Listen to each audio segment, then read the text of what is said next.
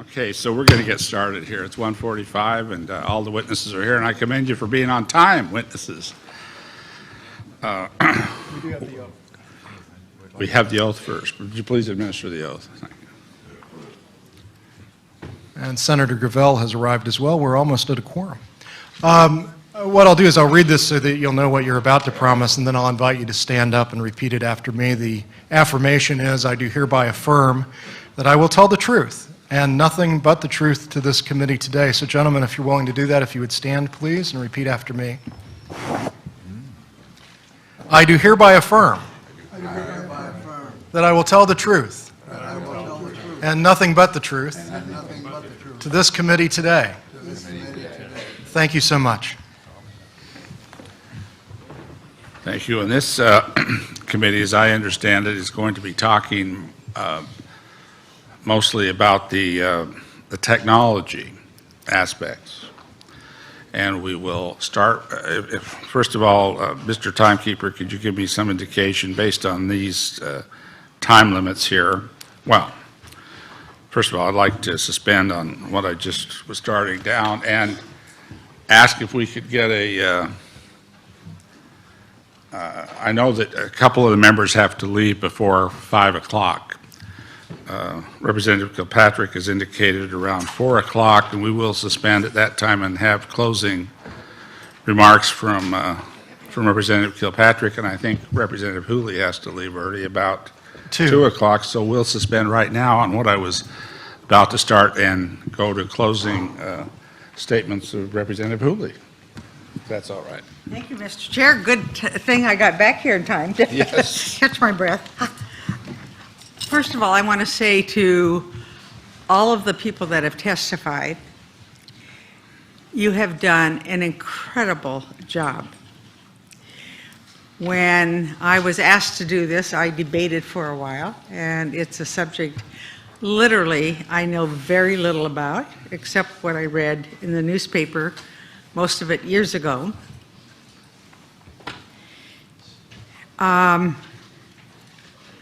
I was a skeptic when I came, and what I have found, and this has to do with the credibility of the people that have testified. I want you to know that I don't know what it is or how big it is, but I do believe that we have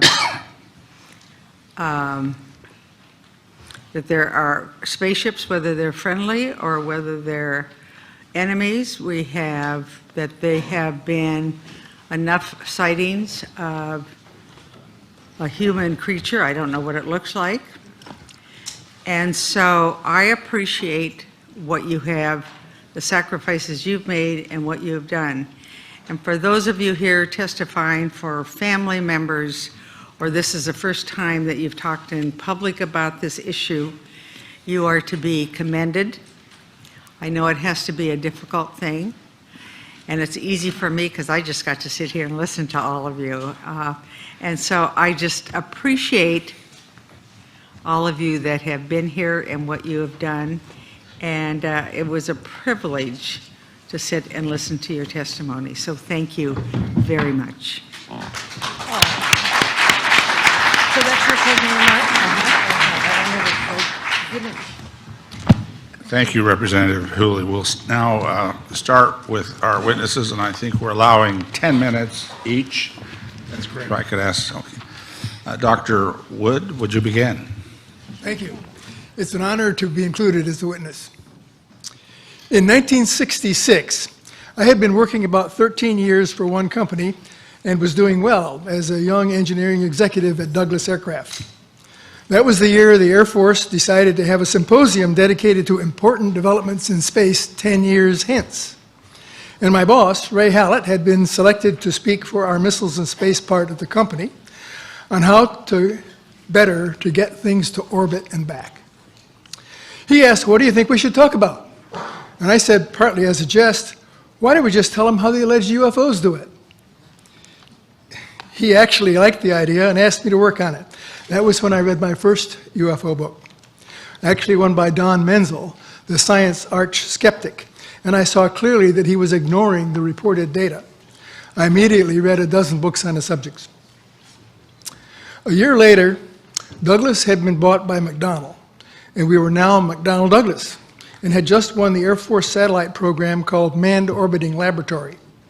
My regular job was to manage our company research and development projects funds so that we would win small technology contracts.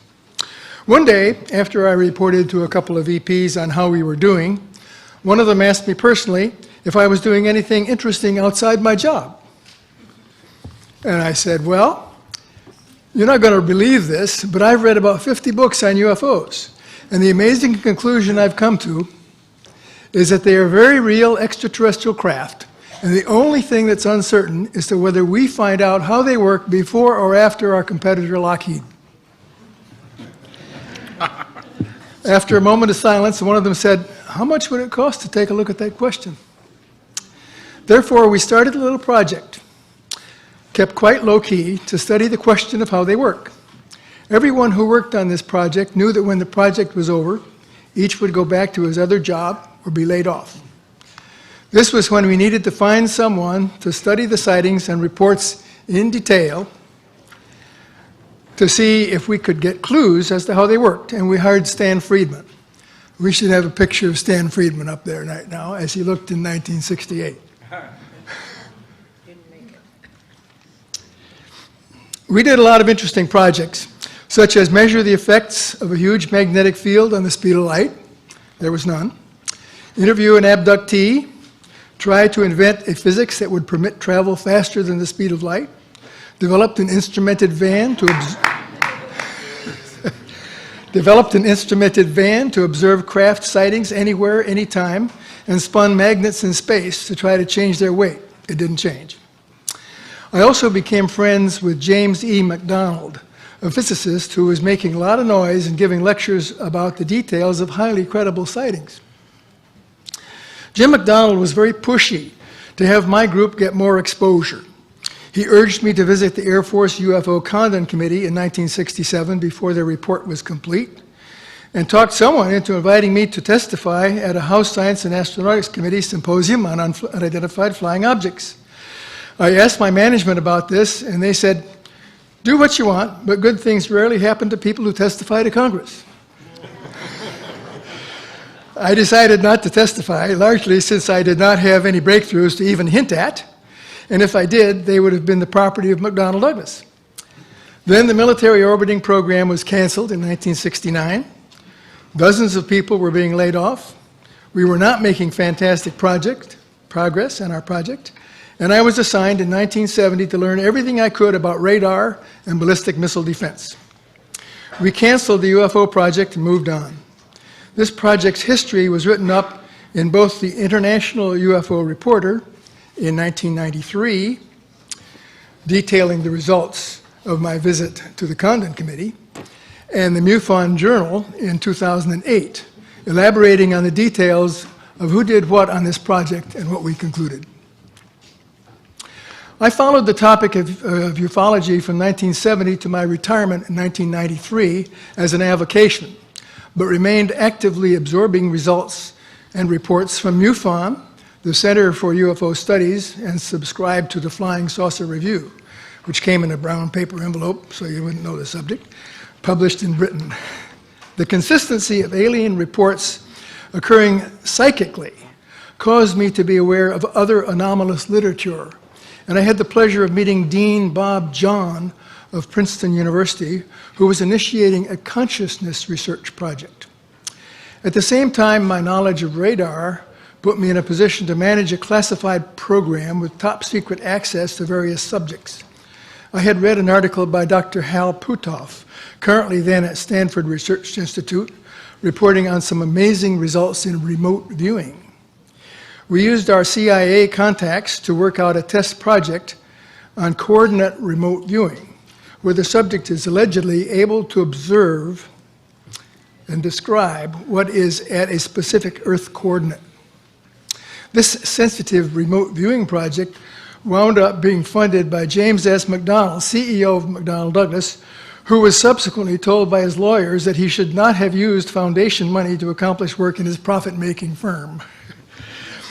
The results of one test of 6 targets were interesting but not spectacular.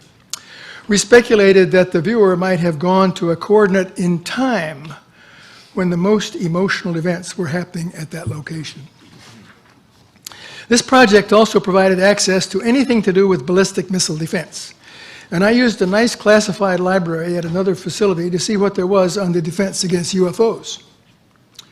There were quite a few intriguing reports available, such as a classified version of the Iranian Air Force F-4 Phantom jet pilot attempting to fire a missile at a UFO only to have his controls shut down as soon as he thought about doing it. Then, after I had borrowed and read quite a few of these anomalous reports, the whole library system was changed so that it was no longer clear where to look for reports. I also stayed aware of anomalies in science in general. And when the so-called cold fusion results of Pons-Fleischmann were announced in 1989, I was aware that our company attempted a quick, covert test to try to replicate the results. I was told we were not successful, but by then I was working on advanced technology for NASA International Space Station and not involved in any proprietary activity. After retirement in 1993, my focus on UFOs became the authentication of leaked documents, as described on Wednesday. If these documents are valid, they are consistent in telling the story of exposure to the alien technology, attempts to understand it, and many specific tales of successfully understanding the principles and building devices that have become the technology breakthroughs we all enjoy today. There is a case to be made that the 3 crash recoveries of Missouri in April 1941 and LA in February 1942, 1,430 rounds of ammunition during the famous LA air raid, resulted in a specific contract to study how germanium and silicon might be used in the preparation of semiconductors. Those individuals receiving reports and samples included Edward Condon at Westinghouse, Bell Laboratories, Hans Bethe of MIT Radiation Laboratory, and Shockley of Bell Telephone Laboratories in 1945, who is given credit for inventing the transistor in 1947. These leaked documents, taken as a whole, visualize and speculate on the impact of alien technology on our society in a diverse array of fields of science and technology. And Doctor, you've got about 1 minute left on your time. Thank you. All right, then I'll ignore mentioning Philip Corso's comments. So, what of my opinion of what's required to understand how they work and to build one? The simple answer is I don't know. But beyond that, I could say I would look for the following 4 things. First, a way to cross the light years to stars without actually physically speeding past and through the space and space debris that separates us. Second, a way to interact with time in a reliable fashion through the equivalent of the so-called wormhole, so that journeys would take years, wind up taking minutes. Third, a way to permit a person's mind to interact with matter so reliably that all you have to do is think clearly and equipment does what you want it to if it's designed right. Finally, to expect that the breakthroughs will come from unknown scientists, probably pretty young, who are looking outside the establishment's perspective of the solution. I leave you with this thought, that Arthur Clarke's famous quote is highly applicable. Any sufficiently advanced technology is indistinguishable from magic.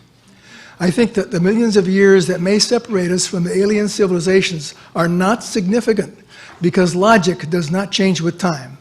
I expect that the laws of physics, which we have yet to understand, will be the same, and so will the equations.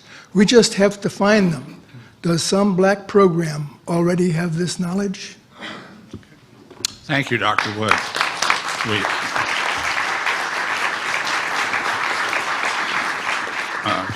Let's see, could we now have Dr. Greer take 10 minutes? Thank you very much. I appreciate being here again. I would like to open with sort of a historical overview of advanced technologies that began in the late 1800s with the breakthroughs with Maxwell and also Faraday. It turns out that the Maxwell equations that were developed had a number of changes that resulted in what is now classic electromagnetic theory. This has resulted in a number of errors in the equations, which have been corrected by people who have looked at them very carefully. Between the late 1800s and 1929, there were a number of breakthroughs that ended up being suppressed that had to do with creating very high voltage VHV systems so that you could create a vector into what's now been called the zero-point energy field. And I refer the panel to the Jane's Defense Weekly writer Nick Cook and his book, The Hunt for Zero Point. This began to be explored by people like Nikola Tesla and others. I have a Department of Defense document that is on a flash drive for each member of Congress that the conference has been given, the citizens' hearings has been given, that shows that when Nikola Tesla died, that this information that he had, which allowed for a car to run out of the ambient energy, was in documents confiscated by the FBI. And I have a Department of Defense document demanding that the FBI turn these over to the DoD. The FBI refused. At any rate, science continues because the laws of the universe are in fact universal, and they can be discovered here or around Alpha Centauri or any place else in the cosmos. By 1928 and 29, T. Townsend Brown, as well as the Koloski-Frost experiment in physics in Germany, had determined that VHV, very high voltage systems, done in a certain resonant field could result in so-called electromagnetogravitic effect, the lifter effect that has been described, which you see in UFOs. They also can create what's called a space-time bubble around an object so that you can correct for 1G. This is how these objects are traveling at multiples of what any aerodynamic physics would describe, and can make right-hand turns without killing the occupants. Around this same time, there was, in the 1940s and the late 1930s, a number of UFO sightings. This included the so-called Foo Fighters. Yes, it's a famous rock group. However, the Foo Fighters took their name from the reports of these objects seen in the theater of World War II that were flying around our aircraft. We thought it was a secret weapon of the Nazis. The Nazis thought it was a secret weapon of ours. There was Jimmy Doolittle, the famous general. His nephew is a dear friend of mine, and he has testified that General Doolittle was sent by FDR over to the European theater in World War II, investigated the Foo Fighters, and came back and told Roosevelt, and I quote, "They are interplanetary vehicles." So by then, there began a classified program, and which was augmented further by events, as mentioned, in 1941, and then, of course, the famous Roswell event. Those events led to, as Philip Corso describes, a reverse engineering program. As you all know from the famous Wilbur Smith document of 1951 from Canada, it talks about that flying saucers exist, but there's a high-level team headed up by Dr. Vannevar Bush that is studying the, quote, modus operandi of these vehicles. These were the most brilliant scientists, Edward Teller, Oppenheimer, and others, Hermann Oberth, amongst others, who were in this team studying how extraterrestrial vehicles move. In October of 1954, a key date I want the committee to remember, we have actionable intelligence from someone who has worked in the National Security Agency and has been in the vault. All of this went deep black because they figured out, at that point, gravity control. So since 1954, October of that year, we have not needed rockets, jets, internal combustion engines, and surface roadways between cities. I say this with authority that this is the case. Eventually, these breakthroughs in human discovery were complemented by the study of the extraterrestrial material that were retrieved from these events. And contrary to most people's thoughts, the Roswell event was actually a downing of an extraterrestrial vehicle by an electromagnetic system that was hidden in a radar dome that was switched on, and this is in an FBI document that I can provide for the committee and is on the flash drive given to the Congress. The result ultimately was that there were transdimensional physics that began to be studied that deal with the nexus between electromagnetism, energy generation, anti-gravity, and consciousness. And we have discovered that there is a nexus and that, in fact, there are electromagnetic systems that have been developed that can interface directly with what we call coherent thought, the same way that you can interface with a system with lasers, which is coherent light, where you sync up all the wavelengths. Ultimately, these breakthroughs were paralleled with amazing developments in the biological sciences and the experimentation with cloning. And this began many years earlier than was reported from Dolly the sheep in Scotland. This goes a little beyond, I think, what this committee wants to look into. However, you need to understand that the technologies that we have, and we were discussing, are not theoretical. We have actionable intelligence that any committee in Congress or executive action can find regarding current operations. And I just want to go through a list of them very quickly of these facilities and corporations for which we have witnesses who can be subpoenaed by the committees of the Congress.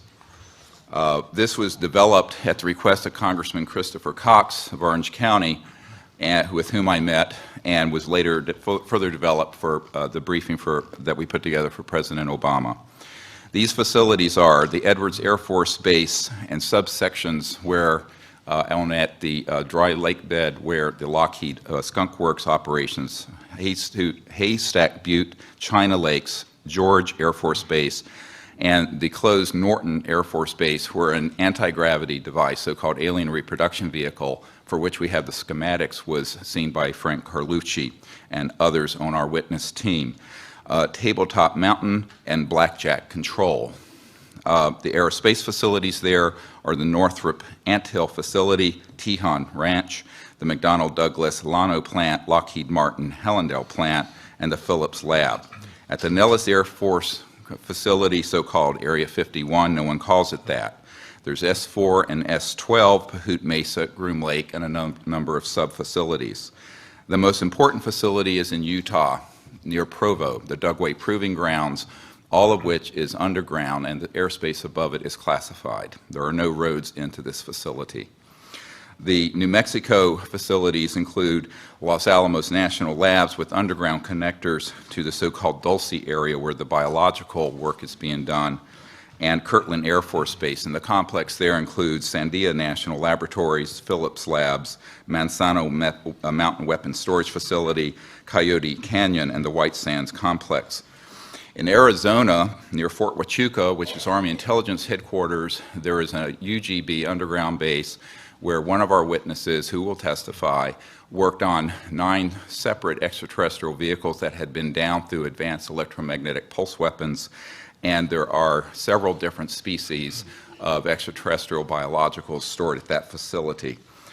The other facilities, and this goes on, include a special compartmented area of Cheyenne Mountain, where we have witnesses in our team who can be subpoenaed, where we have tracked extraterrestrial vehicles in our solar system that were measuring 26 miles in diameter. There are also facilities in Australia, a key one being Pine Gap, the so-called Alice Springs facility, which is mostly a U.S. Air Force facility, even though it is in Australia. I recently talked to the Deputy Prime Minister of Australia about this. Also, the Redstone Arsenal and the Marshall Space Flight Center. We have a scientist at the Redstone Arsenal who works under contract for IT&T who have developed these transdimensional systems. He was under contract with my project to bring these energy devices out, and he was then threatened by a former CIA director and what I call the goon squad that went down there 3 years ago in March. This is just part of the information we have, and this information is on the flash drive given to Stephen Bassett's staff. Then you're all welcome to review. Thank you. Thank you. Well done and well timed, because that sign came up just about 3 seconds after you ended. Dr. Vallone, 10 minutes. I'd like to start with my slides and show them exclusively as I go through them. What I'm about to say is my own personal viewpoint, does not relate in any way to the federal government. Nothing I'm stating is reflecting government policy, and they're my original thoughts as a private citizen. Next slide. This is a presentation of what I'm familiar with, and the beginning of my journey was back in... A little closer, if you could, Sure. so we could hear you better. Thank you. My journey began in 1980 with the book called Sunburst: Return of the Ancients by Norman Paulson. And the book was fascinating in the fact that there were a lot of very anomalous UFO details shown. This particular side-by-side photo, and the person who took the photo was a deputy sheriff holding the instamatic photo taken in broad daylight over Giant Rock. This is fascinating because none of this has happened since then, and George Van Tassel was responsible for holding UFO conferences through the 50s and through the 60s. I even talked to Dr. Bob Beck, who witnessed one of these craft, and as you can see, there's some type of force illumination below the craft as well. So I went out to the community and found what they were working on was a homopolar generator. Next slide. The interesting part of the book described the propulsion system as being 12 magnets around the outer edge of a very large disk, size of the ship, carrying off electrical current. 2 disks in opposite direction provided the gravity force, whatever propulsion system they had. So this particular passage I reprinted in my homopolar handbook. Next slide. And also convinced my professor at the State University of New York at Buffalo to let me work on it as a physics project for my master's degree in physics. And I was very pleased to actually build a homopolar generator, test it for back torque, and unfortunately I measured back torque, which means it slows down as you draw current from it. So the mystery continued. Next slide. I basically found that Dr. Ed Mitchell, as you see here on the cover of Extraordinary Science magazine, was also interested in the same topic.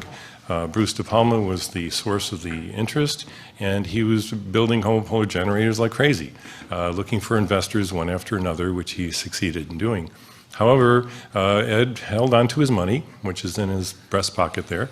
And what was interesting about this particular cover that came out years later was that the Searle disk is also shown on the same magazine cover next to the homopolar. So I thought this was sort of a coincidence or synchronicity, and I ended up investigating the Searle disk. Next slide. And I met John Searle in 1980 in Germany, and he actually became kind of a curiosity to me. Even today, he still is. He's still a living legend. He claimed to have these disks, as you can see here, hovering, and he had a UFO experience when he was young, and then he started building these things. So, next slide. Basically tried to help him, connected with different people. He essentially became a little more well-known when he gave a talk in Berlin in 1990, and then some Russians discovered him because of that lecture and the video and decided to build what they described as a single roller magnet assembly with 12 roller magnets around the outer edge of a ring. And so I started to think twice, that, hey, this may be something related to what was called the Mu disk back in the Paulson book. And that's one of the biographies you can get off the shelf, Anti-Gravity, The Dream Made Reality by John Thomas. Next slide.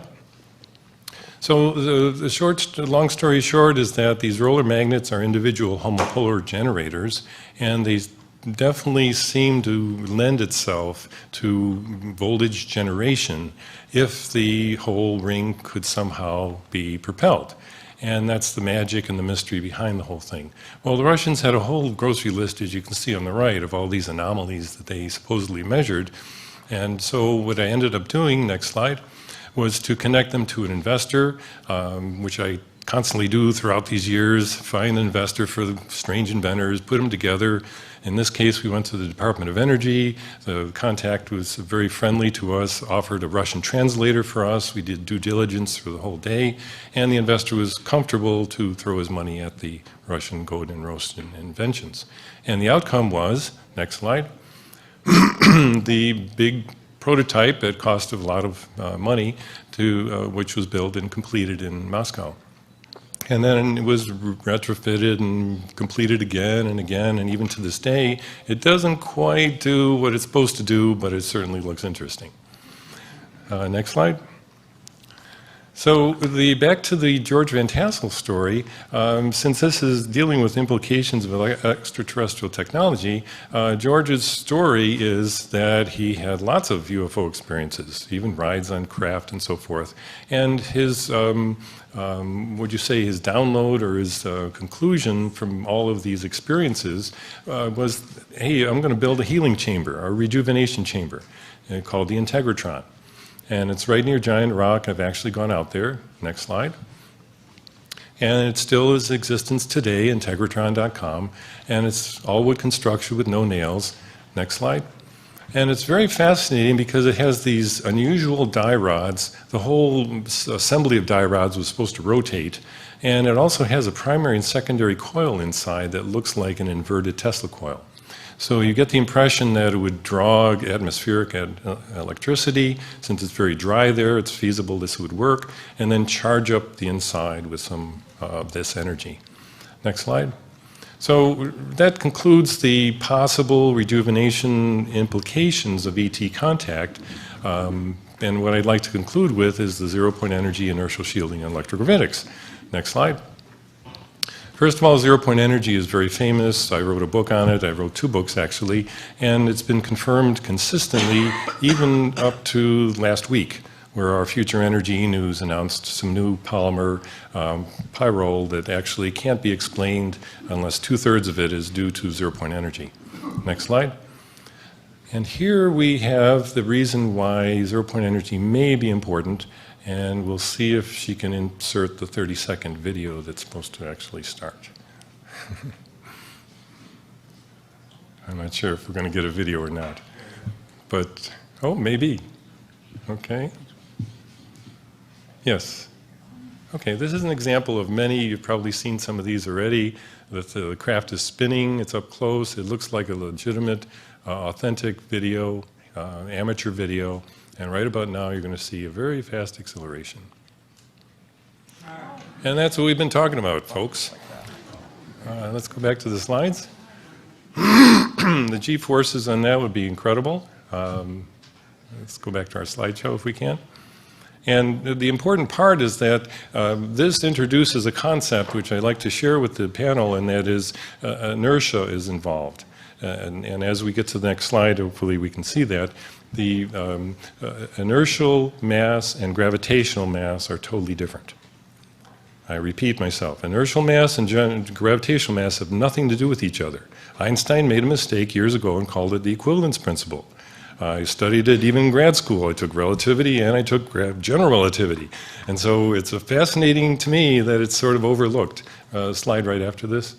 And the important part is that nowadays, inertia has been discovered to be a zero-point field Lorentz force by Hayes, Wetter, and Puthoff. This is a seminal paper that's so important that it opens the door to actually controlling inertia and understanding how any ET craft or UFOs could possibly have fast acceleration, right-angle turns, and maybe even travel through the universe. It turns out F equals V cross B, a simple Lorentz force at the bottom of the slide there showing how it works. So when we go around a curve and you feel that force moving you in the opposite direction, it's an electromagnetic interaction. Next slide. And this applies to relativity. I heard one of the gentlemen on the panels questioning special relativity. Well, that's inertial mass. That is the m in relativistic increase in mass as you go toward the speed of light. If you can shield inertial mass, miracles happen. And this is another demonstration. I showed this slide to the Deputy Director of the NRO, National Reconnaissance Office, in case you don't know what NRO stands for. And this was very important because, as you see, F equals ma, Newton's law, can be modified. If m can be shielded and it lowers, then a could increase for the same amount of force. Next slide. Oh, and by the way, the NRO Deputy Director said, well, things like this tend to become more and more classified until they're out of sight. He says it's easier for us to reinvent it for a private contractor. And I said, you mean the taxpayers have to pay double for something like this? And he said, yes. So here's another proof of inertial shielding, and that is the right angle turn That's photographed here with open shutter, 35 millimeter on tripod, 2 a.m. outside Stewart Air Force Base. The triangle craft started from the upper part, and the shutter was open, made a tremendous right turn, then continued as if nothing happened. Red and green lights make it look like it's conventional. Next slide. And Dr. Vallone, you've got about 1 minute. I understand. I see. And now the conclusion is electrokinetic equation helps explain how we can combine electrokinetics or electrogravitics and inertial shielding. A pulsed current will produce a force. Next slide. And I wrote a book on the electrogravitics effect that's even present in the B-2 bomber, thanks to Paula Violette's work and research, and originally starting with Townsend Brown's research. Next slide. And the conclusion is, and I have to give thanks to Mark McCandlish, who gave a testimony at Dr. Greer's 2001 disclosure project in DC, since we know once in a while such electrokinetic powered craft are put on display, as this one was in 1988 in Norton Air Force Base, which is also, his entire testimony is reproduced thanks to Mark in my book Electrovitics 2. And this was also verified and investigated by Dr. Hal Puthoff, and I talked to him personally about this story of Norton Air Force Base showing 3 hovercraft, and he did his due diligence with it, and he says he put it in his gray box of possible events. Thank you. Thank you very much.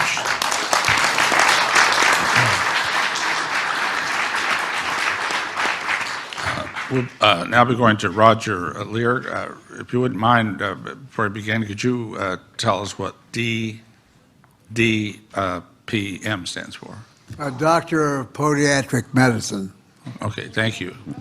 Thank you I want to thank the chair of the committee, Mr. Cook, honorable members of the committee, congressional members, my fellow colleagues that are here, and guests for allowing me to present this material to you today, and a multitude of thanks to Steve Bassett for setting this up and again allowing me this opportunity.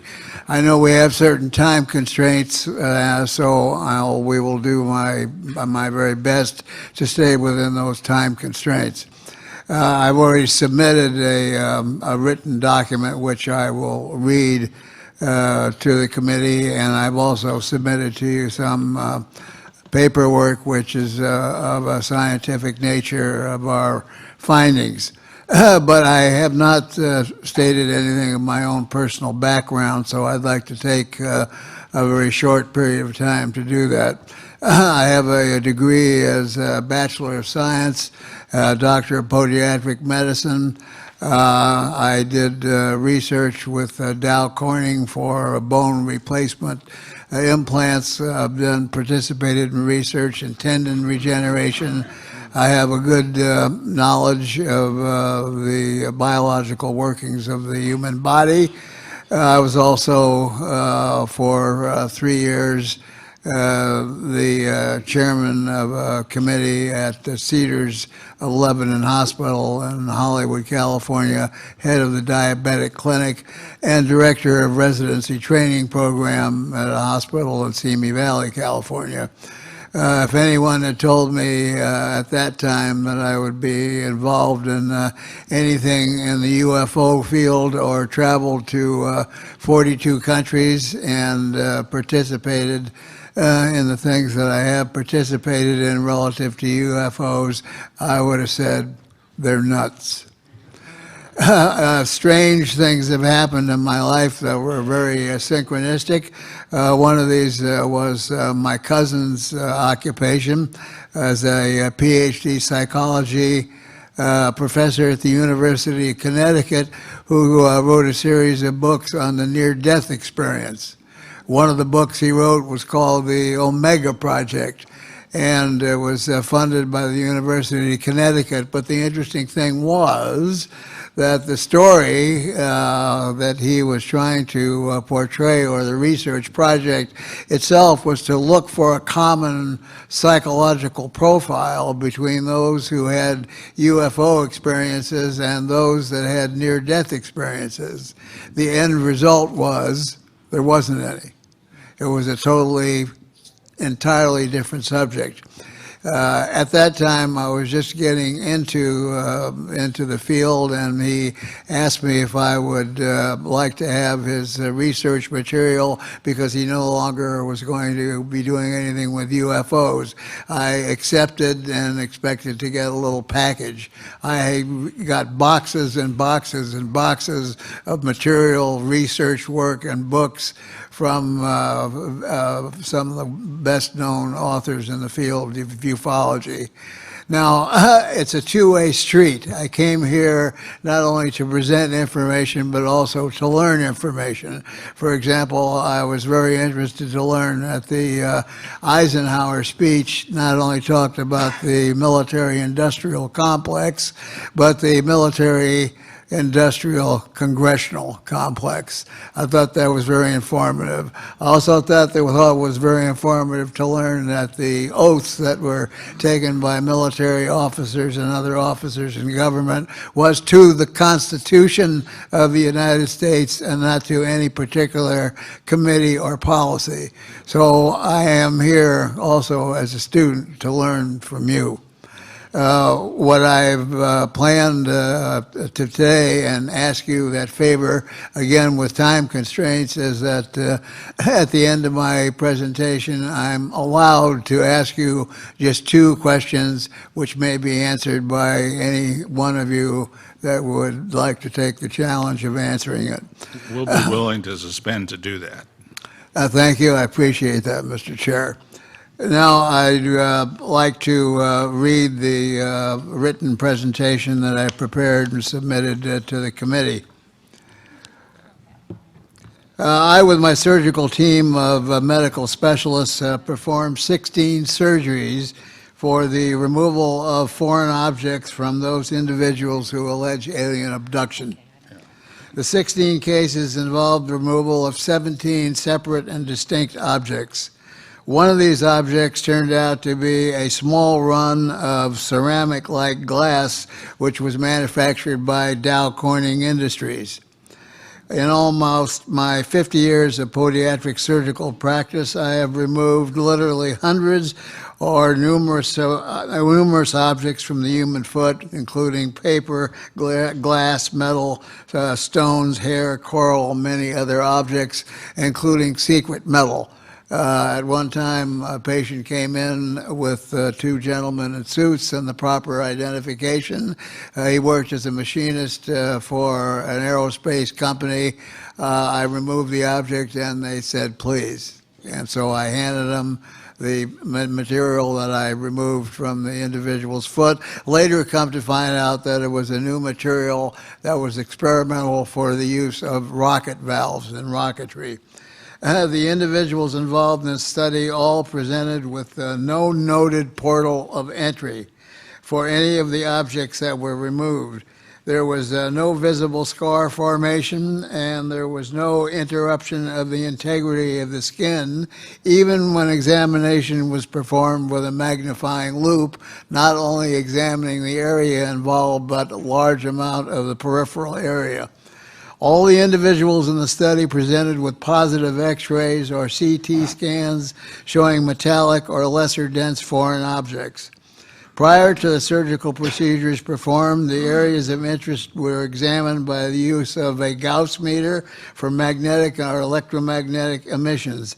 10 of them were found to be producing readings on a Gauss meter of 6 to 10 milligauss.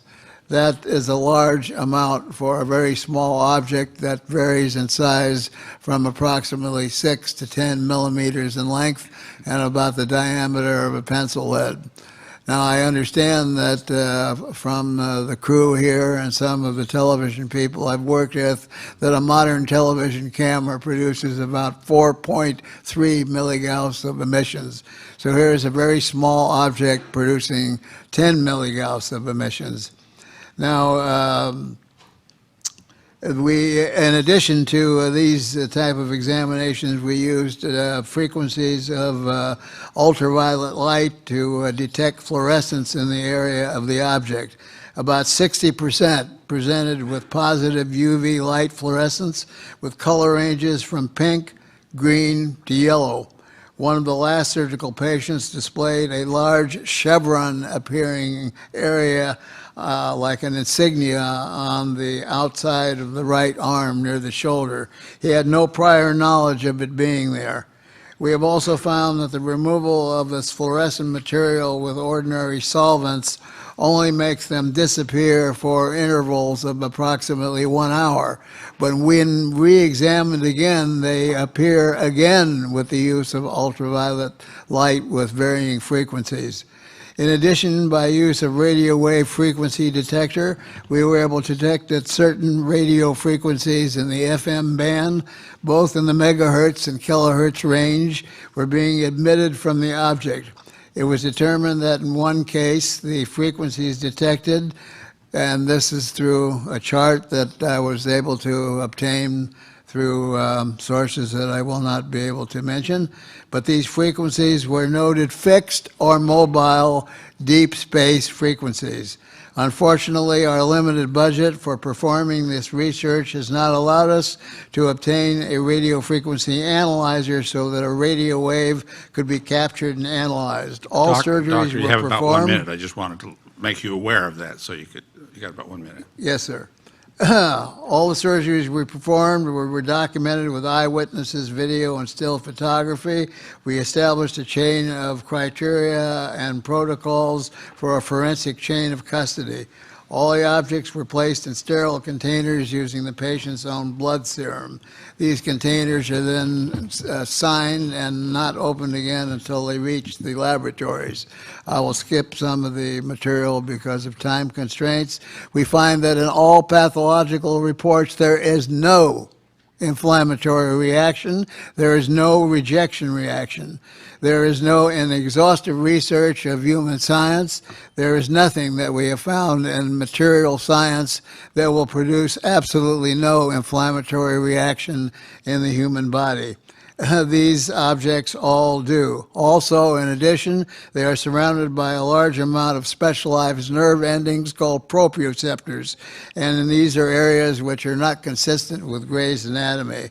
The pathology reports and examination we have sent to material science laboratories. Some of these include Los Alamos National Laboratories, New Mexico Tech, University of California at San Diego, Southwest Laboratories in San Antonio, Texas, as well as numerous other laboratories outside the country.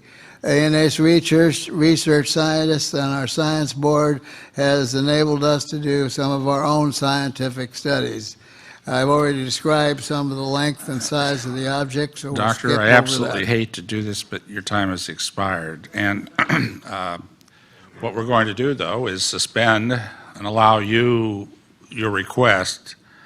And I would ask the members of the panel to keep their answers, not questions, their answers here, as short as possible so that we can at least get 5 minutes for our questioning of this technology panel that how often do you get to hear from 4 PhD physicists, scientists, everything else? So I want to have plenty of time for our questions, but go ahead. You want me to be finished? No, I want you to ask the question. You Okay. asked me to Sure. change the rules in order to Okay. ask. What I'd like to ask you, number one, is do you, in your present positions, being retired Congress people, Senator, do you consider the United States to be a world superpower? Anybody that wishes to answer that? In terms of military capability and force, yes. In terms of intellectual capacity and moral guidance, no.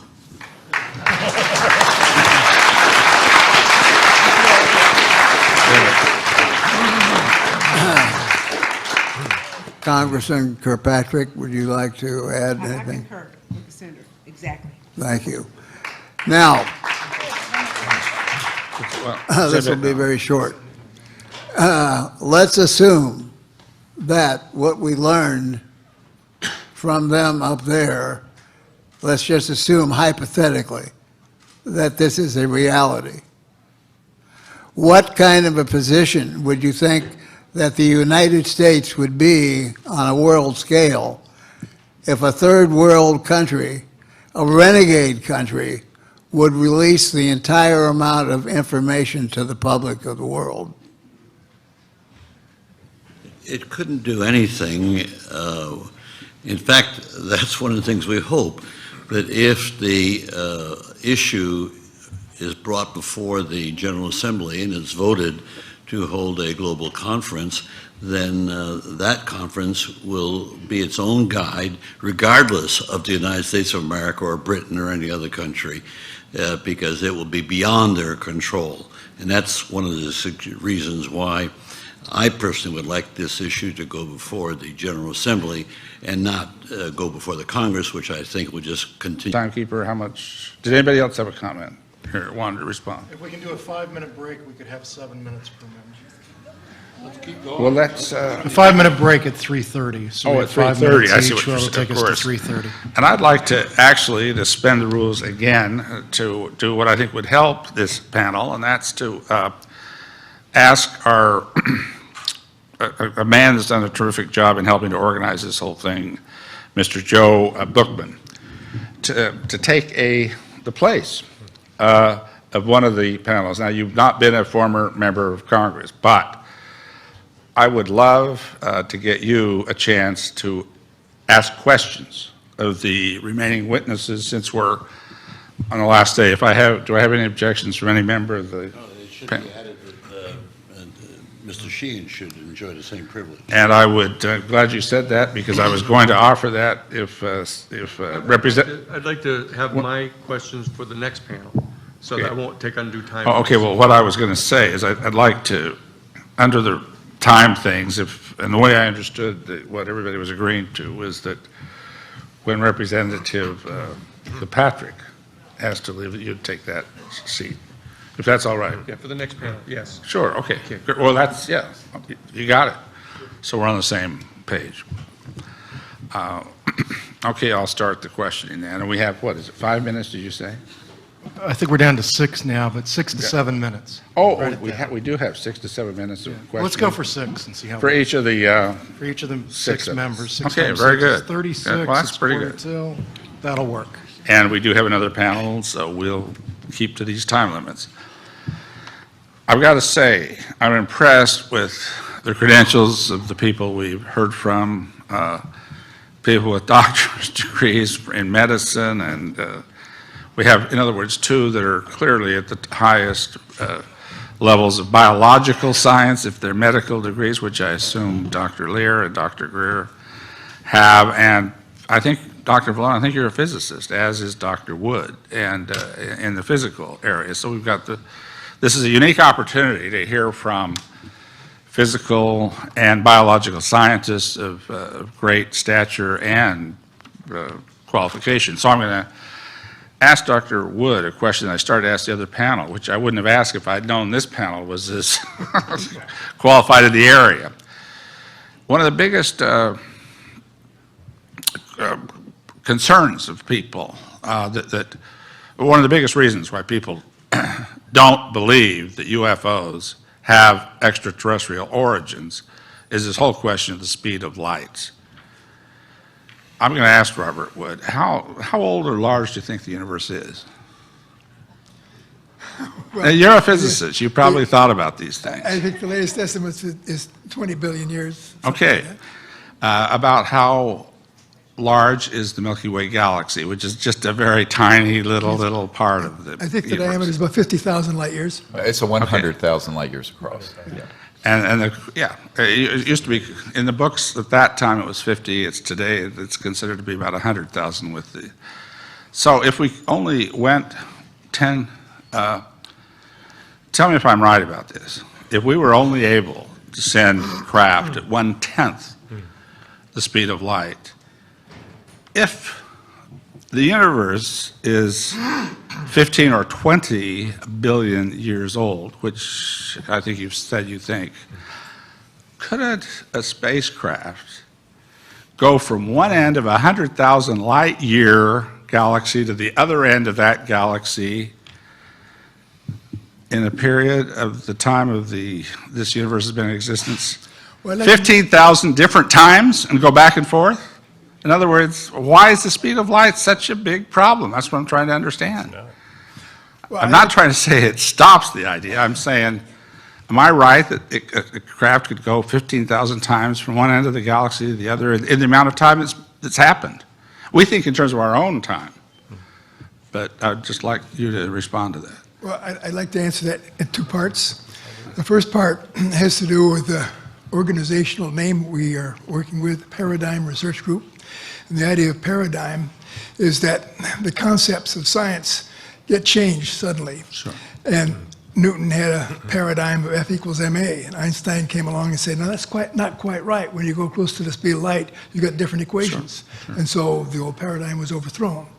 My thought here is that the current paradigm that we have, that you can't travel faster than the speed of light, it might be overthrown by what Dr. Greer had said earlier. Sure. Namely, there's a difference between inertial mass. But it wouldn't be true then that if we could go to the speed of light, it wouldn't be just 15,000 times doing that. We could do that 150,000 times. In other words, speed of light isn't really a barrier to interstellar travel, is it? In my opinion, the speed of light is not a barrier at all. Okay, that's what I wanted to establish. Can I comment on this just for a moment? Because one of the areas that I don't know how much has been talked about prior to today is the whole area of trans-dimensional physics. So if you're dealing with three-dimensional space or four-dimensional space-time, you have one set of equations. But when you deal with very high voltage systems that cause an alteration in what's called the spin theory, mass, and also inertia, you have another whole set of equations which have not been disclosed yet that then become operative so that you can go from here to the end of our galaxy and back, controlling for time on Earth right now in a matter of perhaps minutes or days. Okay, and I don't question what you're saying. I'm going to reclaim the time just to say this. I can believe that we do have, wormholes may well be true and so forth. But what I'm trying to say is that the wormhole theories have not been established anywhere near as established as the speed of light and the first relativity theory of Einstein have been established. So what I'm trying to say is we don't have to establish, or I'm trying to ask you, we don't necessarily have to establish some of these physics which may well be true that could be established into the future, in which there are some interesting indications from even the past that might be happening. Mm-hmm. Yes. So I'd like to, so will you respond to that, Dr. We've run a conference on future energy almost every year now. It'll be one in July at the University of Maryland again. We've had David Froning there several times as speaker. He's a professor from the University of Adelaide in Australia, and he particularly has worked on this. He actually has simulations of 1 times the speed of light, 5 times, and so forth. He treats it just like the sound barrier, and he literally has equation comparisons for the speed of sound, speed of light, and so forth. So my emphasis is trying to make it simple, and that is the inertial mass is the key to understanding how this is possible, and the special relativity equations, which I'm very familiar with, only deal with inertial mass. So if I could reclaim my time really quickly, and if so we start talking about artificial intelligence being involved in the control of certain vehicles as opposed to natural intelligence being in control, couldn't we also overcome some of these barriers that people have been talking about? I mean, we send artificial intelligence today out into space. Is that a possibility? The advanced extraterrestrial technologies do deal with technologies that cross into the conscious quantum hologram and directed thought. I got to be clear. I hate to cut you off. My time has expired. I can't violate what I'm making everybody else live by. But we will now go to Congresswoman Woolsey.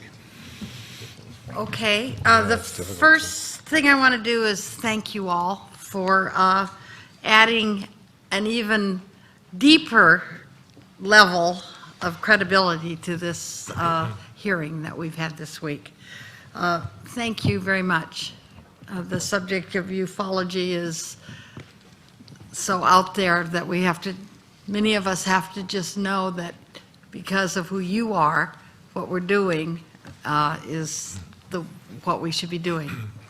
So, but speaking of what we should be doing, my question to each of you to answer in the time we have is, where do you believe that the United States ranks in preparation to meet the global needs for the future? And where will the brilliant students that will become adults like yourselves, only some of them have to be women, come from to meet the numbers we're going to need? Start with you, Dr. Wood. Well, when you asked the question, my immediate reaction was, when you said the United States, Yeah. I asked myself, who's really in charge of the answer to your question? Good question. And so I think the issue which we're dealing with is a truth embargo issue and this enormous secrecy which controls and dominates our entire process, maybe even including the educational process. But if you talk about the ordinary world that most of us think that we live in, clearly we need to establish the ideas that new ideas, as the discoveries, as Stan Friedman said, come from doing things differently in an unpredictable way. So I think we need to emphasize the importance of creativity in developing the next set of equations that we need and may have already been discovered, but we need to make our society better and stronger. Thank you. Well, I think we already have everything we need to create a sustainable, poverty-free world. It's already extant, and this is very good news. The very bad news is that there is a ruthless, deep national security state that the people I have worked with have run into that is this massive buzzsaw. And I think that at a certain point, we the people and the Congress and the United Nations and other countries have to come together and say, we've had enough of this nonsense. And I do not think this is going to come from an executive order from the president.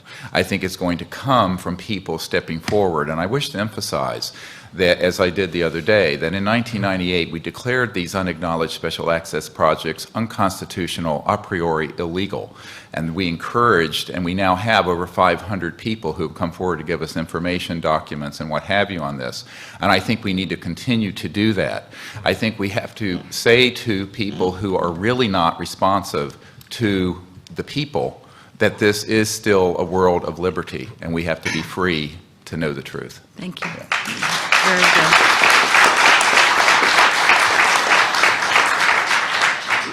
Dr. Vallone. Could I show slide 23, please, as I'm talking? What I'd like to explain is that I agree with our co-panelists, and that is the United States already has this technology, and I had the privilege of talking with a former Black Project engineer, spent the whole afternoon with him taking pages and pages of notes, one of which is actually in front of me right here. And what I learned is, first of all, he taught me all the details of creating an electrogravitic layered semiconductor that with bismuth in between and magnesium and zinc with the same percentages that when slide 23 pops up, you'll see that was published years before in a colleague's book called Secrets of Anti-Gravity Propulsion. And Dr. Paul LaViolette only let me know a year later, he said, oh, this sounds like what I learned from another Black Project engineer who actually was through Aviation Weekly over in England. So this is very interesting because my contact told me so many things I couldn't believe. I just took the notes down.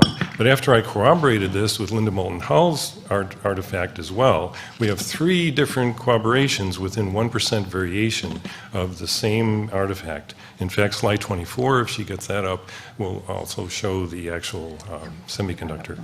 But the important part is that we have the technology. Students are contacting our Integrity Research Institute all the time saying, what should we study? And this is, I used to be a college teacher. You need 13 chapters with questions and answers at the end of each chapter, and the books need to be written. The zero-point energy book, the electrovitics book, the textbooks are the textbooks of the future, and the students are already there waiting to study this stuff. So this is the book I'm talking about, and if we progress to the next slide, we'll see the actual page that Paul was talking about. And this, to me, was amazing synchronicity. So I started to believe the other stuff that this Black Project fellow told me, and that is we already have a base on Mars, which was established in the 1970s. And I said, oh, I don't believe that. He says, oh, go check the NASA records of the greenhouse gases from Mars' atmosphere. They increased in the 1970s. I mean, that was his counterpoint, and so forth. He says we have a deep space platform. He even gave me a jaw dropper, and that was the Gulf Breeze UFO conferences that almost amazingly always had a UFO sighting during the conference. He says, I know the guy who ran that craft. It was a back-engineered craft, and he just did it for fun, fly over the UFO conference and create some stir. So this is the kind of problem we have. All right, thank These you. boys with toys. Thank you, Dr. Leir. I have a different approach. Okay. I'm very pessimistic. I believe that the knowledge, the basic knowledge of all this having to do with we've been using the term extraterrestriality as a more general term than it should be used, because we really don't understand the entire ramifications of the universe itself.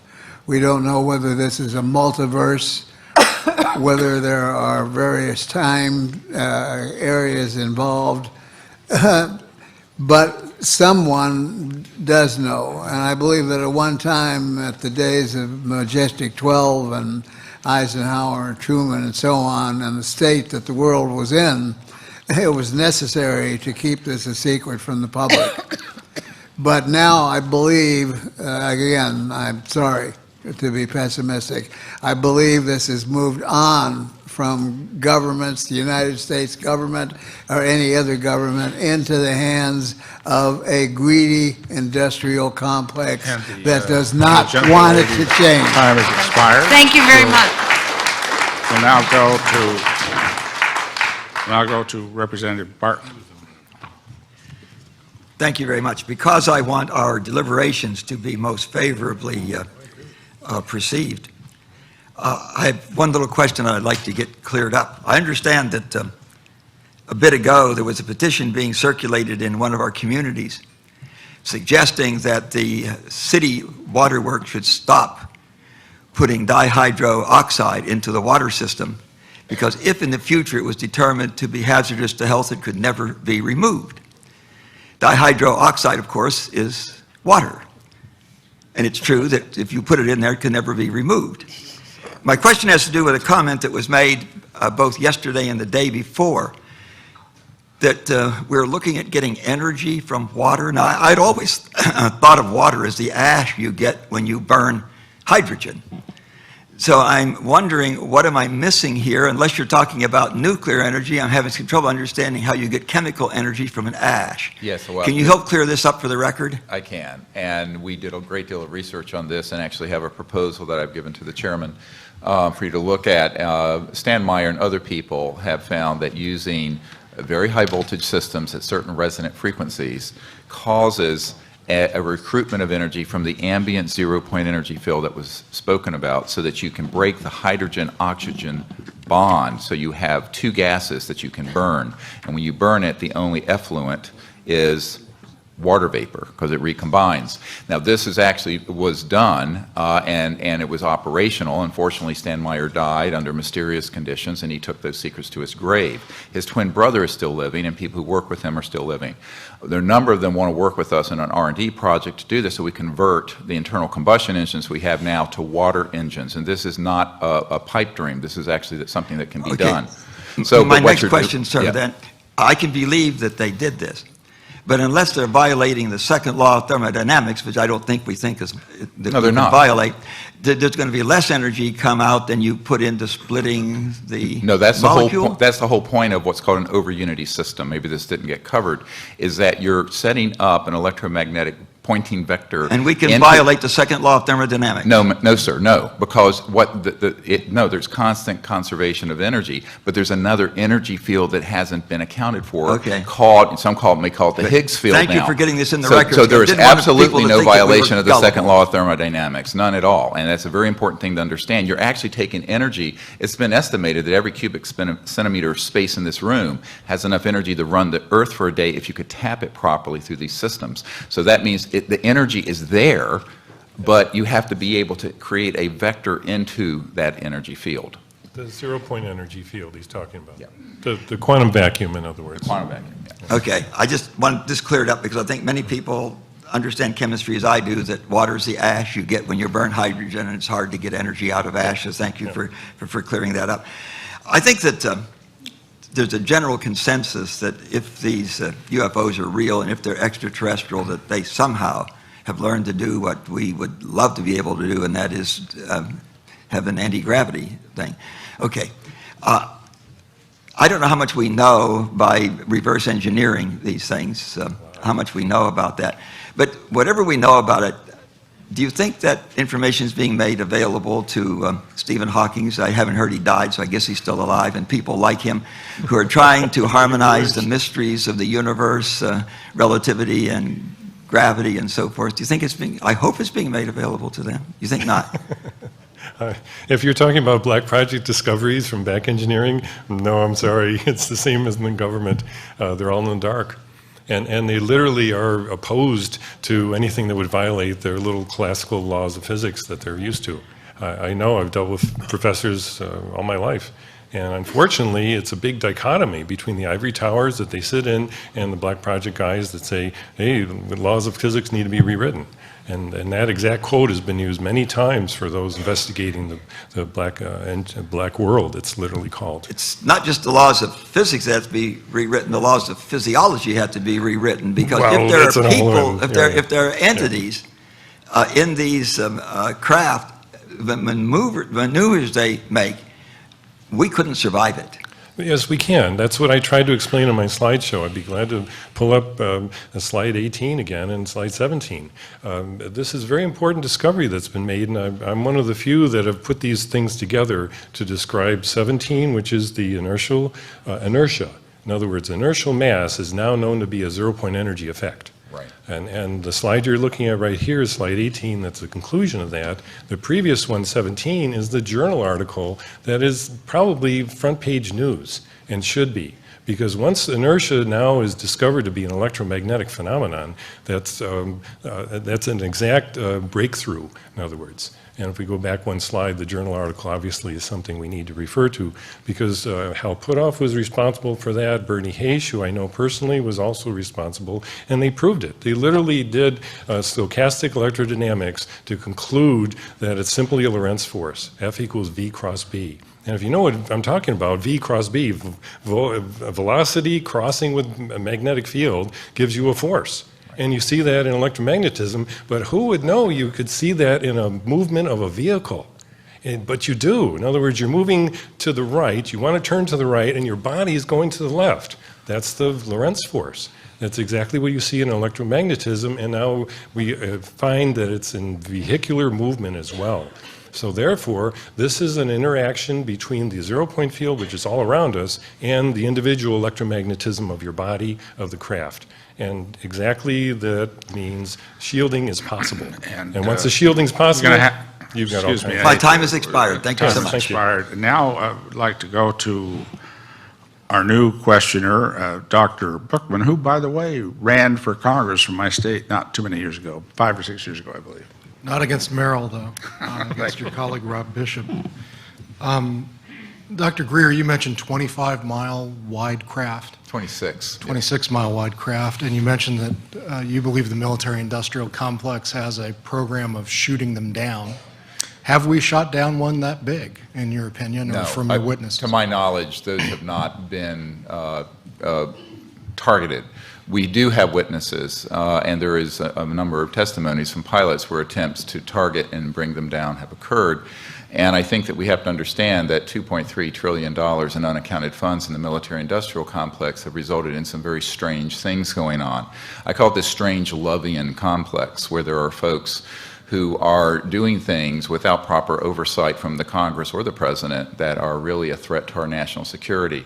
The briefing I did for the head of the Defense Intelligence Agency, General Patrick Hughes, really focused on this, and I have never spoken of this publicly until now. But the big concern is that there was a cabal or a deep national security operation of which he knew nothing and did not control, that was doing some rather dangerous things that could endanger not only our nation, but the world. And I think this is an existential threat to not only world peace, and I think we have to start thinking not just of world peace, but of interplanetary relations and universal peace.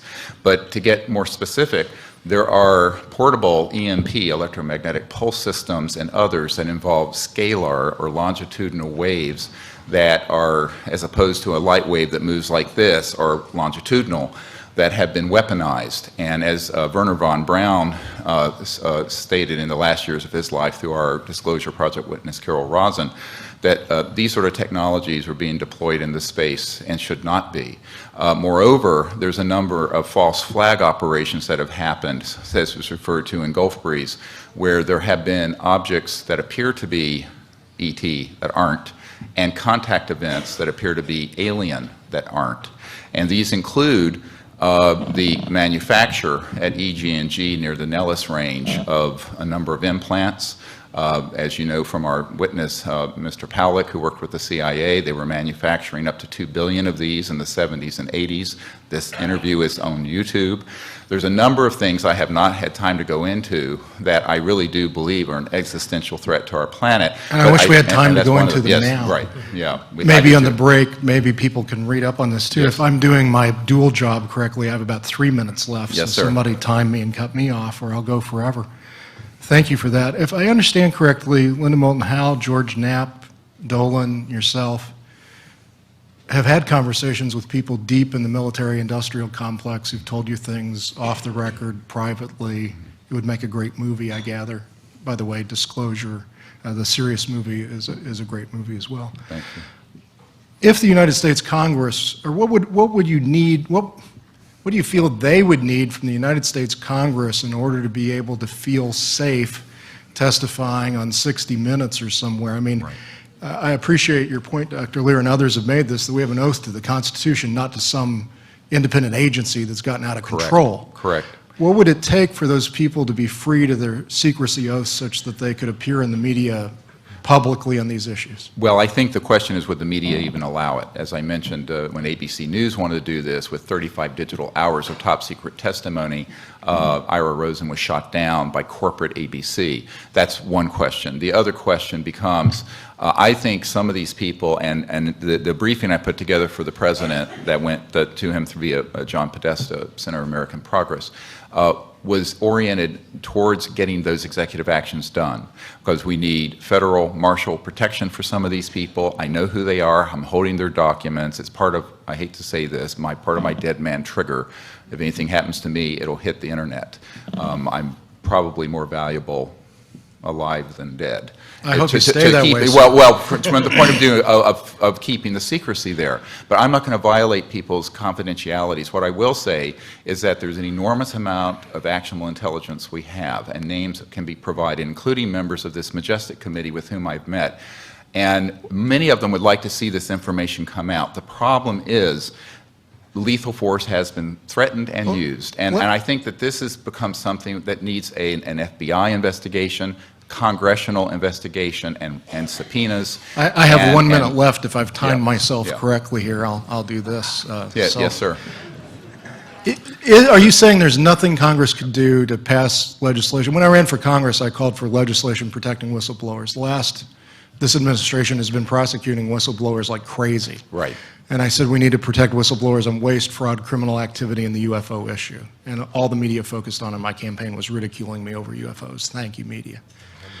Is there anything Congress could do such that those people would feel safe? Yes, And they can issue subpoenas, and they can also require the Federal Marshal Protective Services to protect them, and they would be. And I think that this is something that can be done if there was the will and the intent within the Congress. Barring that, I think we've brought out as many people as we can. One of my frustrations is knowing too many people and having too much information that I can't give actionable intelligence on to the general public without violating, I take this like a doctor with patient confidentiality, without protecting those people's confidentiality. But we have this information. I would love to be subpoenaed so I could give it over to a proper authority. I've heard that from George Knapp and others as well. You're not alone in that. There are a lot of witnesses that, if protected, would come out. And with that, I see my time is up. Yes, sir. Yes. Thank you. Thank you, Dr. Berkman. We'll now go to Senator Gravel. I am not qualified to get into the technical discussion, but I would say this. Dr. Wood referred to, you know, if the black area has this knowledge. You've pointed out that whoever was the head of the CIA at the time, you know, shut the door on, and I would, and Dr. Vallone, we've heard testimony before about the fact that somebody was boasting from one of these black areas, which is these contractors, that we have the capability to take ET back home. Is that something, briefly, squares with your knowledge at this point in time? Absolutely. That's a quote from the former CEO of Lockheed, I believe. Yes, yeah. Ben Rich. Ben Rich. So it's a famous quote, well, and then, it's true. Okay, but I would agree with it. If you think that's believable, and that's a quote from the head of a corporation, you know, this is criminal.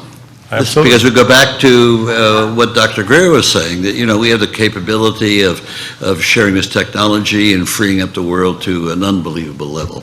Yeah. So we, you know, we stand capable of indicting in the area of public opinion the head of what, Lockheed?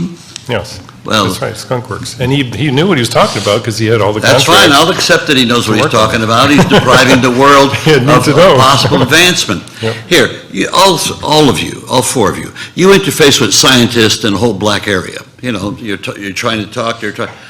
Where's their moral content? Well, I can answer that if you... Where is it? They got a hole somewhere. Ben Rich wrote a book, and he specifically described the sundown rule. And I wrote about it. It's on our website. It's one of the recommendations we have. The sundown rule should be enforced. And that is, classified, fine. How many years? You have to put a time limit on every classified document. And therefore, it's going down. The sun's going down in 10 years, and it becomes free. And the public gets access to it. Well, right now, we have about 50 years. Well, I got to tell you, the Congress has tried to put that kind of a rule in on the laws, and it's never worked. I know. So, Well, this is why good I luck think in It's your at least field. one solution. Well, this is why I think in the tradition of Martin Luther King, in the tradition of Susan B. Anthony, in the tradition of Thomas Jefferson, we should say, the hell with these games. People who know this, I believe, as you said, have a moral obligation to our children and our grandchildren to step forward with the truth, with the technology, and with the information, because there is a criminal national security deep state that has basically thumbed its nose at the Constitution. And for that reason, there is no justification for the continued secrecy.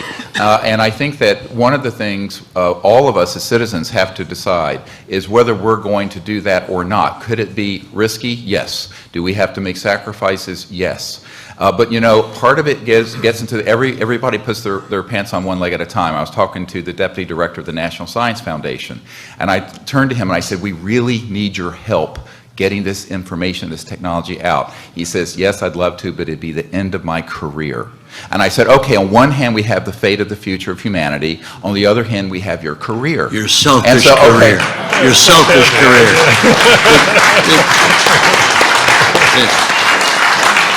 I saw your film the other night. I want to compliment you on it. I thought that was awesome. But let me just, I think I said it in an earlier day. You know, nobody questions authority anymore. The whole population is gutless, and we pat ourselves on the back that we're so wonderful. We're the leaders of the world. My God, we are stifling the ability of the world to go forward. And we put that aside because, we're questioning our patriotism. Well, we need to question our patriotism.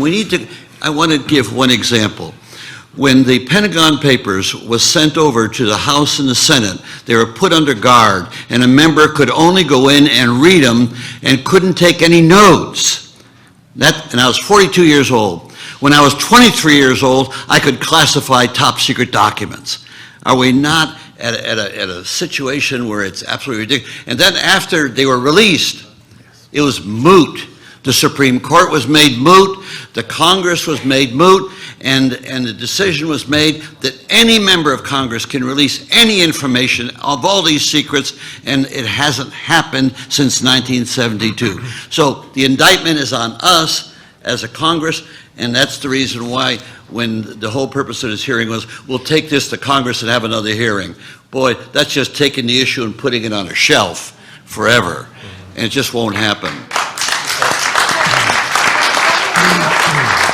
Yeah, I'll yield for a question or a statement. Well, I just wanted to say the sunset rules actually are in effect. The Brady gun laws sunsetted after 5 years, and it was, no, and then it wasn't continued. I mean, we never went back and visited it.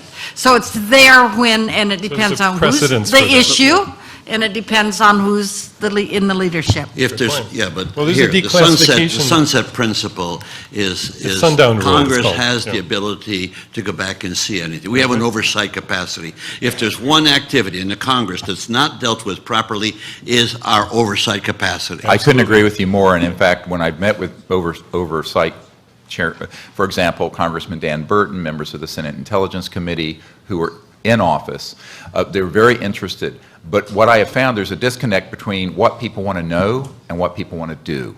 There's a fear of touching this subject because of the ridicule factor and other reasons, and I think we just have to become more courageous. Well, and also know The what you want to American ask people for have- declassification. I'd like to meet with you later, anyways. Is that my Could I time mention there's an expired? Office of Declassification You in wanna- College Park, Maryland? That's where the official federal government Office of Declassification is. It's solicitable, you can approach them, and if you know what to ask for, that's the key, then you can ask for it to be declassified. Your time is not quite expired. Not expired, well, I let see me- the sign let right me- there, it's already Oh, stopped. it just expired. There it goes. That's why I You stopped. used up my time asking a question that was expired.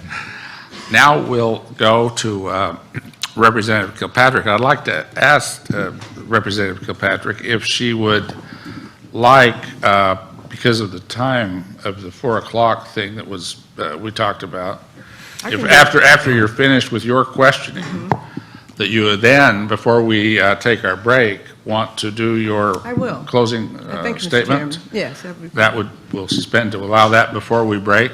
After, and again, we're going to listen to her questions before she gives that. So, go ahead. Now, I'm questioning now, right? As I Yes, you're understand it. questioning Okay, now. thank you, Mr. Chairman, members of the committee. Excellent panel. Excellent, way over my head. I did see Sirius the other night, which was also way over my head, but I got parts of it. And the whole week has helped me get more and more. But your sitting here today brings back for me the validity, the intelligence, and the necessity of moving forward with this incident. It's just, you have to do it. And you all have provided, without even saying it as an introduction, the technology that exists in the world that we don't now yet display that we have. We may have it, I don't know, we don't display that we do. It's a real critical concern to our national security and to other things, so I want to commend you for that. I think that's excellent. Dr. Leir, I want to go to you. You talked about removing 16 objects from people. I think in my reading and preparation, that was called implantation, and I might have that wrong. Is that the right word? That is absolutely correct. Oh, good. Okay, hey, I'm learning something here. Okay, then, when you, and it also is related to people who have been implanted with something, and you described that it was different kind of material that didn't meet the usual, which means to me it came from somewhere else. Is that correct? That's correct. I submitted to the committee a set of scientific documents that shows some of the latest work and findings that we find in the material science of these objects. But I want to point out, too, that to my shock, absolute shock, was a paper that was given to me through the Freedom of Information Act, in which it describes all my work in the OSTP in the White House, given to President Obama at the time he was trying to raise money for the medical care bill. And the individual that wrote the article stated that if my work was not correct, or the work done by my team was not correct, and that it was secret work that was done by some governmental agency, this also should be released to the public because it would save billions of dollars in health care. And what is the implication? Break that down for me, please. Well, if we took just the fact that there is no inflammatory response of these objects and no rejection of these objects, you can see that you could take anything that we use medically, a pin, a screw, a nail, a heart, a kidney, any organ, place it into the body would not reject it, and the individual would not have to be on very expensive anti-rejection medication for the rest of their lives. Now, that has nothing to do at all with the material science associated with these objects that we have found here. This is a very advanced nanotechnology. These are nanotechnological devices in which nanocarbon tubes, either single or double wall, I won't go into the whole explanation, but they can be elongated and weaved into carbon nanofibers, carbon nanostrands, and they end in crystalline structures, which are what we call orthorhombic, which are regular rectangular structures. And we have to remember that in the early days, when I was a child, on radio, and you got a crystal set with a battery and an earphone, and you were able to get a radio station, that was a marvel. So here's a very, very advanced when I say nanotechnological, I'm talking about things that are on a level of the size of an atom, using the principal elements of certain materials, putting them together in such a way so that you're actually broadcasting or switching what we perceive as a radio wave, which may not be a radio wave. It could be scalar technology, which when reaches our electromagnetic spectrum is converted to a radio wave harmonic, which I know is a little bit complex, but it is sending information to somebody. So somebody out there is listening to something going on in our bodies. Now, we know that even John Glenn, when he went into space originally, complained on public television that he had to swallow implants because this was vital information needed on the physiology of the body to know what was going on in space. Okay. And so therefore, your conclusion, you and your team, as it relates to healthcare, as it relates to our country, as it relates to our budget, and to our phenomenon topic we've been talking about today, what do you conclude? Well, I conclude that if there was funding, at least funding, or open-mindedness from the scientific community, which there is not, because they also pray to higher masters. They don't want to lose their jobs. They have families to feed. They don't want to look at this stuff in the way that we've looked at it for the benefit of mankind. Thank you very much. Thank you, Mr. Chairman. Thank you. Deal. And that concludes this panel then, if you've finished. But no, let me finish my statement, please. Before we break, this panel is concluded, and I want to thank the panel members tremendously. This technology capability at this table, and I'd hate to think how high the IQ level that table is. It's pretty high. So I want to especially thank them, and now I'd like to suspend the normal situation. Hold your seats until we can have a closing statement from Representative Kilpatrick. Then there'll be a 10-minute break, and literally we need that only to be 10 minutes because we've still got another very important panel with closing statements also after that panel. Is there any possibility you could have 1 minute to give a closing statement about a topic he just raised, scalar waves? You know something, I'm going to allow that. I'm the chairman. I have 2 slides. That's all right. We can do it. In spite of the slide 25. If we can bring up slide 25, I would like to show 25, 26, and 27 very quickly, and that is scalar waves are hugely important because what Dr. Leir just mentioned is a big, another overcoming of the speed of light problem with electromagnetic waves traveling so slow there's no communication possible across the Milky Way. Well, it turns out there is, and this is a proof of it, the Chilbolton crop circle. Based on the Arecibo message that was sent out in 1974, we all of a sudden have this amazing phenomenon that shows a scalar generator antenna right at the bottom of the diagram that copies. This diagram actually is the original one that was sent out in 1974 from Arecibo. It's a digital message that was sent out with the most powerful telescope available at the time, thanks to Frank Drake SETI program. And what happened in 1990, I don't have the exact date here, in 2001, August 2001, next slide, there was an appearance of a crop circle overnight right next to a radio telescope in Chilbolton, England. And the amazing thing was, it wasn't just a regular crop circle. This thing had almost exactly the same one-to-one correspondence to the Arecibo message. Slide 26, please, and then slide 27. And that's exactly what the thing looked like. The crop circle is just a bunch of crops that are down or up. And then the next one is 27. And we see at the bottom of 27, instead of the Arecibo antenna, which is a parabolic dish, we're seeing something that looks like two circular objects that literally, it says a change in transmitter diameter from one of the online commentaries on Chilbolton. And the very bottom is something that describes a scalar broadcast antenna that is actually the answer to instantaneous communication across the Milky Way. Enough said. This is a big breakthrough. Thank you. Now we'll go to closing statements from Representative. Thank you, Mr. Chairman and members of the committee. First, to Stephen Bassett and the Citizen Hearing team and family, I want to say thank you for the invitation. I'm certainly a much wiser, better public servant than I was before I walked through these doors. To my panel, my colleagues, you've been excellent.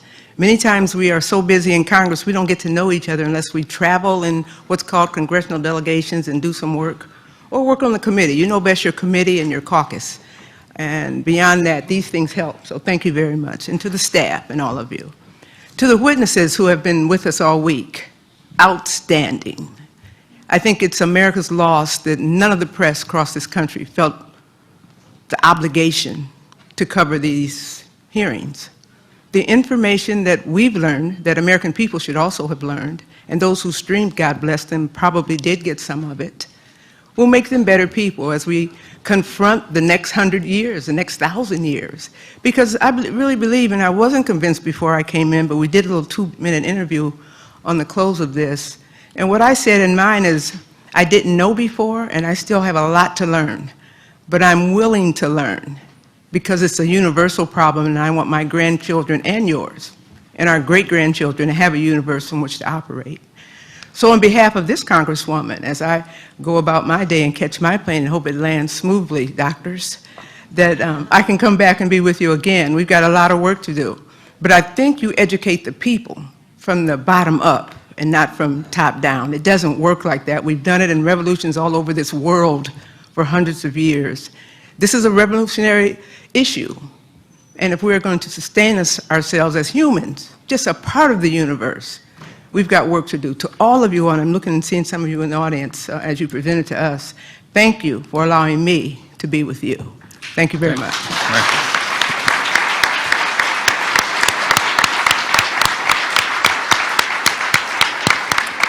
Yes, thank you, Congresswoman Kilpatrick. Dr. Bookman, you've got just a minute of announcements before the break. Well, first of all, I'd like to say to the honorable representative from Michigan, you, ma'am, are a hero. You're a hero just as much as any of these witnesses. When we reached out to former members of Congress, the answer from many was, well, who else is going to be on that committee with me? I'll serve, but I won't serve with so-and-so, or I want to know who else is there. You agreed to do this not knowing any of that. You stood up and said, yes, I'll do it, and opened the space for everyone else to be here. Before you leave, I wanted to share that with you. So on behalf of the Paradigm Research Group, you, ma'am, are our John Glenn. First one up to orbit the Earth. Thank you. That's all. 10 minutes.